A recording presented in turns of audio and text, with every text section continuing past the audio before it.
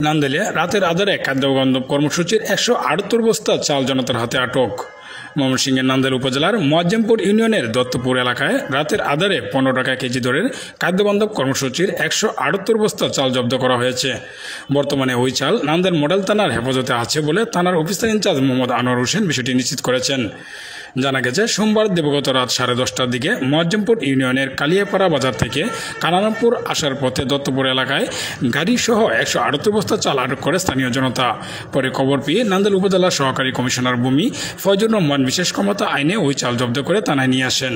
স্থানীয় বাসিন্দারা জানান, ওই এলাকার খাদ্যবন্ধব কর্মসূচি ডিলার রিপন মিয়ার দোকানের পাশেই কুতুবপুর গ্রামের চাল ব্যবসায়ী গোলাম মোস্তফা ১৭৮ বস্তা চাল ক্রয় করে তা অন্যত্র বিক্রি করে দিয়েছিলেন।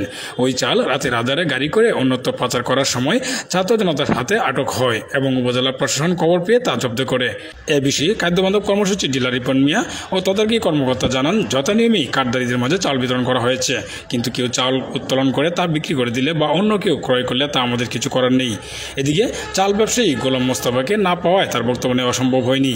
নান্দেল উপজেলা সহকারী কমিশনার ভূমি ফয়জুর রহমান বলেন, খবর পেয়ে ঘটনাস্থলে গিয়ে প্রত্যক্ষদর্শীদের তথ্য অনুযায়ী প্রাথমিকভাবে ওই চাল খাদ্যবন্ধব কর্মসূচির তার সততা পাওয়া যায়।